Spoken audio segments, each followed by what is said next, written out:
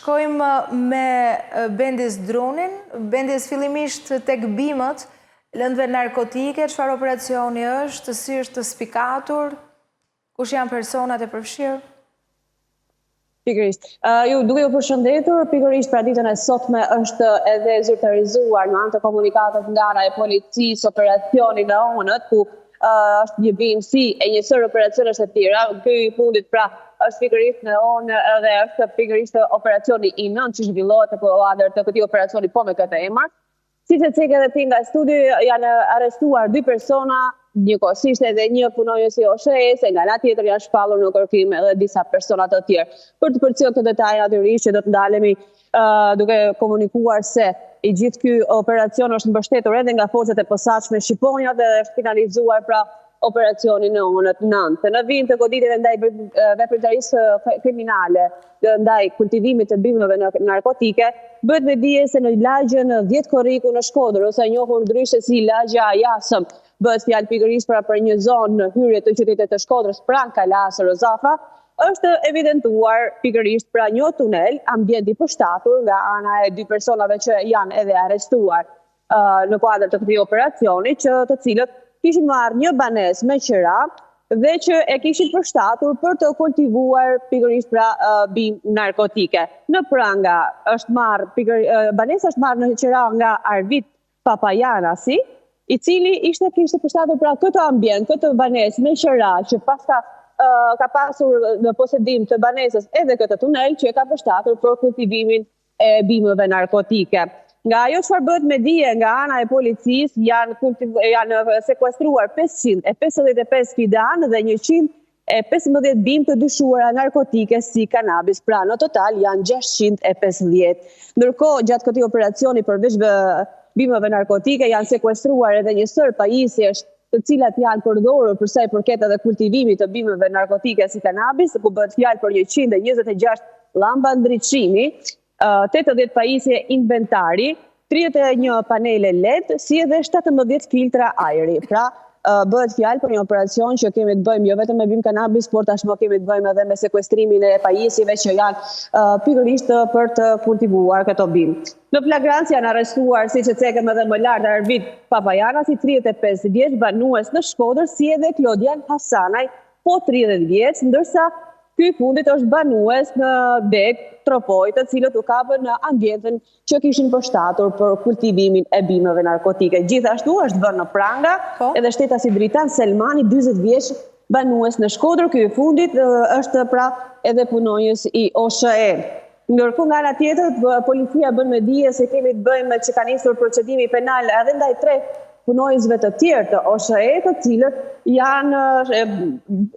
akuzon pikërisht pra për procedimin e tyre penal për sa i përket edhe shpërdorimit të detyrës të kryer në bashkëpunim. Pra kemi të bëjmë me një operacion që kemi jo vetëm të arrestuar, por edhe të shpallur në kërkim, ku më herët pjesa më e madhe e këtyre operacioneve kemi pasur me vetëm thjesht persona që janë shpallur në kërkim, kësaj radhe kemi edhe me arrestime që bëhet fjalë pra. Po shikoj pak të tunelin. Kanë qenë kështu tunelet kohës para viteve 90, sistemit, apo janë përshtatur? Se duket pak e çuditshme, ne kemi parë pa diskutim magazinat vjetra, zona caktuara të cilat përshtaten për kanabis, por vjen pak në vëmendje ndryshe edhe nga planet Bendis dhe ku si është ajo lagje, më trego diçka për strategjinë, ku si janë fshehur ose si kanë zgjedhur këtë pozicion për ta zhvilluar këtë aktivitet. Atëherë lagja 10 Korriku, apo e njohur siç e theka edhe më përpara, e njohur ndryshe si lagja Jasëm, është një nga lagjet më të vjetra për sa i përket qytetit të Shkodrës dhe natyrisht edhe banesat nuk mund të themi se nuk janë të gjitha të vjetra, por që një pjesë e konsiderueshme e tyre vijojnë të jenë me atë strukturën e viteve të më përparshme. Natyrisht që edhe tuneli ka qenë pjesë përbërëse e kësaj shtëpie që mendohet se është e viteve më përparshme, pra nuk mendohet se është realizuar së fundmi apo realizuar pikërisht për të përshtatur për kultivimin e bimëve narkotike. Por me sa duket, Papajanasi, i cili është edhe personi që ka marrë me qira këtë shtëpi dhe që ka përshtatur, ka shfrytzuar mundësinë dhe i është dukur një mundësi vërtet shumë e mirë për sa i përket edhe kultivimit për bimëve narkotike, duke marrë parasysh që tuneli do të ishte një vend i përshtatshëm për edhe po të mos rënë në sy kundrejt uniformave blu apo edhe kundrejt personave të tjerë. Por që duket se operacioni është zhvilluar dhe ka pasur informacione të detajuara në lidhje me vendodhjen e këtij tuneli dhe me çfarë bëi pikërisht në këtë vend, pasi duke marrë parasysh që kemi të bëjmë edhe me sekuestrimin e një sër pajisjeve që janë përdorur pikërisht, që janë përdorur për kultivimin e bimëve narkotike, natyrisht që kemi të bëjmë me një informacion të detajuar nga anë uniformave blu, ndoshta kemi pasur edhe informator nga të brendshëm, përsa i përket edhe personave që janë vënë në pranga. Dhe sërish është një punonjës i OSHE-s që ka lejuar konsumimin në mas të energjisë elektrike, sepse ato pra evidentohen për volumin që kanë edhe se sa konsumojnë, kështu që edhe këtu kemi të përfshirë një punonjës të OSHE-s. Ndërkohë, nuk ka emrat e njohur, besoj të botës së krimit, zot ma kishe thënë. Për momentin, emrat që ne kemi përcjellur nuk janë, që kanë ndoshta pikërisht. Kuptoj. Tani, Blendi, se kemi dhe një moment tjetër i cili ka të bëjë me situata si pasojë e motit të keq. Dhe sërish shkojmë në qafthore. Nuk e di nëse vetëm aty kemi probleme, apo diçka tjetër vjen në vëmendje. Sa i përket kësaj pjesa Aida, duhet tekstuar se ditën e djeshme është bërë mundur pastrimi i aksit të qafthore që lidhet me pikën turistike të Thetit, kjo edhe për shkak të rënies së temperaturave, çka ka bërë shumë të përshtatshme për sa i përket kompanisë kontraktuese për të vijuar punën dhe për të pastruar edhe në këtë mënyrë që të vijohet edhe qarkullimi lehtësisht për automjetet, por që ditën e sotme kemi sërish rrezikun e urtëqeve të tjera, kjo edhe për shkak të rreshjeve të shiut që kanë shoqëruar qarkun e Shkodrës pikërisht që nga dita e djeshme edhe gjatë natës. Pra kemi të bëjmë me një situatë që duhet bërë shumë kujdes dhe që më saktë na bëhet me dije se ditën e sotme, pra në sa i përket situatës, në aksin rrugor, Poplik Bog dhe Dedej Razëm vijojnë rreshtet e shiut, ndërsa në aksin Bog Thet trashësia e borës ka arritur mbi 50 cm, duke rritur rrezikun e rënieve të orteqeve. Natyrisht që firmat kontraktuese që nga dita e djeshme, por edhe ditën e sotme vijojnë të jenë prezent në këtë zonë ku kanë bërë edhe pastrimin e rrugës, hedhjen e kripës, por që gjithsesi kërkohet një kujdes maksimal nga ana e automjeteve që dëshirojnë të përshkojnë këtë segment rrugor, ku natyrisht duhet të jenë të pajisur me goma dimrore, si edhe zinxhir duhet të jenë patjetër pra të pajisur me këto